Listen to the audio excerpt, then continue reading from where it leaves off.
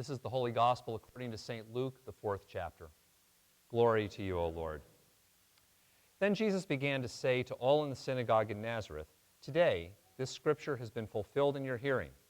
And all spoke well of him and were amazed at the gracious words that came from his mouth. They said, "Is not this Joseph's son?"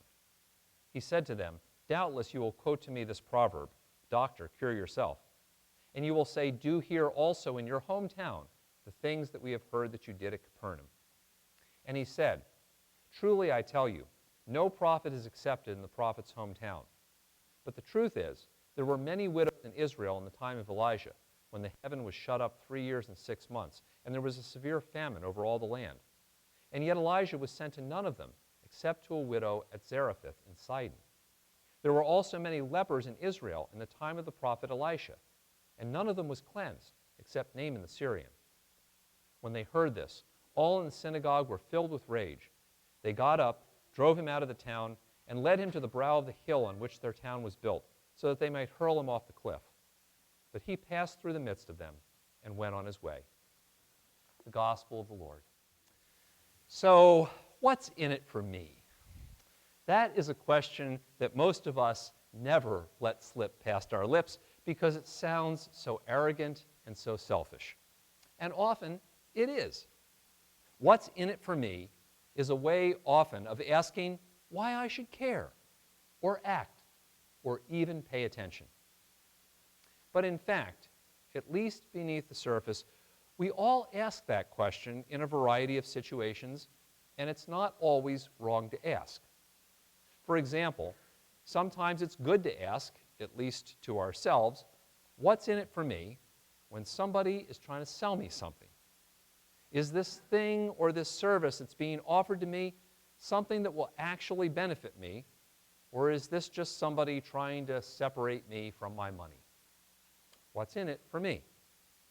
It's a question we ask when we consider a new job or a promotion. Because usually, thinking about a new job or a promotion is not just about money. We ask, will this opportunity be exciting? Will it be interesting? Will I be able to make a difference in this role? Will it help me grow as a professional? Will it help me learn new skills? What's in it for me? Sometimes we ask that question when evaluating whether a relationship is good and healthy. Relationships, we all know, involve giving and sharing, and that's true. But some relationships become one-sided. And sometimes asking what's in it for me is a good way of evaluating whether a relationship has become abusive. So it's not always bad to ask what's in it for me. The problem happens when that's the only question that we ask, or when that question becomes so important that it crowds out all the other questions, that other questions don't matter and maybe don't even get asked.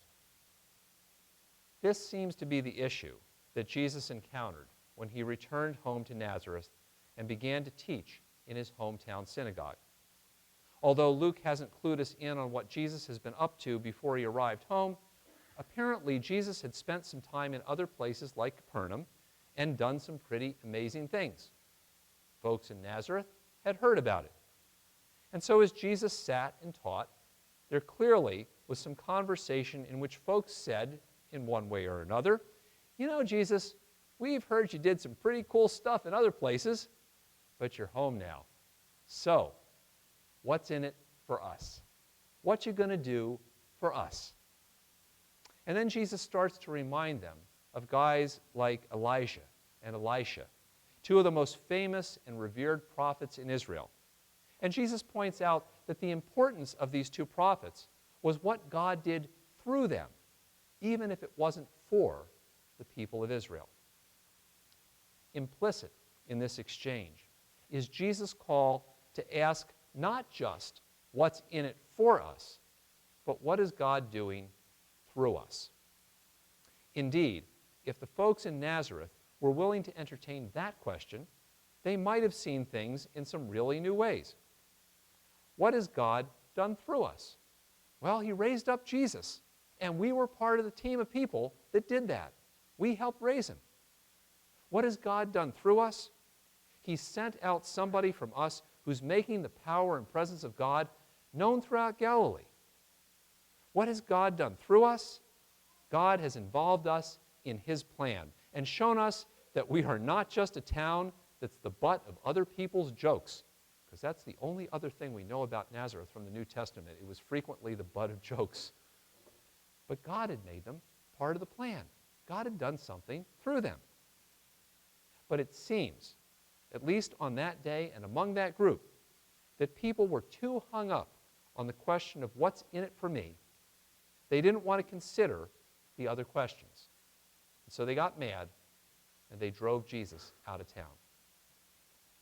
But the question that Jesus asked that day is still a question that Jesus is asking, and asking us, both as individuals and as a congregation. In spite of the fact that there are many Christians in our world today who still seem to think that it's a good idea to focus on what's in it for me as a follower of Jesus and how does this make my life happier and better, Jesus asks us instead to consider the question, what has God done through us? What has God done through me? What has God done through us in this past year? That's a particularly good question to consider as you look through the annual report this year. Hopefully people got a chance to do that, and it's all online, so you can even read it as I'm telling the sermon if you're online. There are some really great things in our annual report which show us what God has done for us this past year. It should not ever be taken for granted that we have managed to survive and adapt through 2 years of COVID. God has done some great things for us. And yet, when I look through this report, it's even more important to notice how God has worked through us for others. You will surely find many more examples, but to me, some of the most important ways that God has worked through us include working through our developing technology to spiritually connect people to the message of Jesus in a time of great disconnection. And that especially includes people that people think the pastor knows everybody, but it includes a lot of people that I don't know and that I will never meet, because I know we are connecting with people who live in far other parts of the country, other continents even. People who will never probably be part of our worshiping community here live because they're shut in. What we've had to do is adapt, but in adapting, God has worked through us to connect with whole bunches of people that we were never able to connect with before. We have been able to share the message of hope in Jesus with people that we would never have been able to reach. That is the most important thing, really, that we're doing with our technology. It's not to be cool. It's to be able to say God has worked through us to help reach other people. When Jesus came to Nazareth, people had said to him, you know what, we heard about you doing great stuff among people we have never met and probably never would, because trying to get around, even in Galilee, was rare in those days. Jesus asked them to think about how God had worked through them to reach people they didn't know. Jesus has done the same thing through us, and that's worth doing. When I look at that report, I think about how God has worked through us to provide help to people outside of our congregation. And that includes not just money and organizations, to give into organizations, but every week people are making quilts. They've gone on a mission trip, gathered food and clothing and backpacks, lots of other stuff.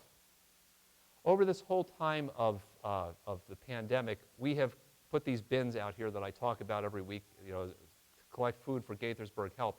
But it's not just for our congregation. We offered Gaithersburg Help that we would be a collection site so that people throughout the community can do that, and they do.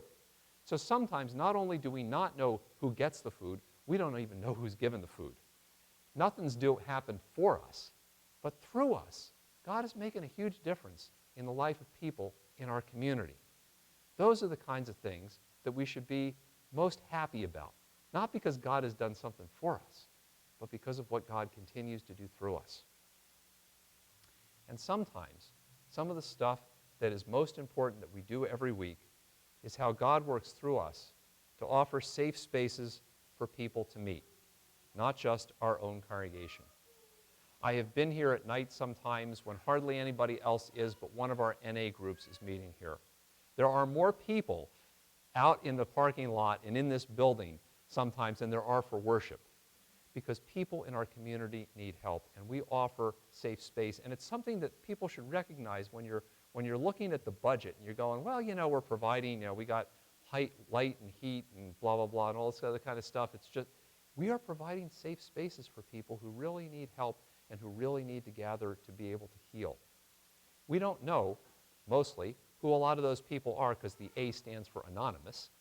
We don't know how they're being helped. But God is working through us to do something for others. And just like Jesus told those folks in Nazareth, that is something to be more focused on than just what God is doing for us. In the end, what the folks in the Nazareth synagogue really wanted that day, when they asked, what's in it for us, was that they wanted to see and feel and experience the power and presence of God in their lives. The irony is, if they had asked, how has God worked through us, they probably would have seen and experienced, indeed, just how God had actually done that. And so Jesus' challenge for us each day is not to get too caught up in asking what's in it for me. Instead, Jesus calls us always to ask, what has God done through us?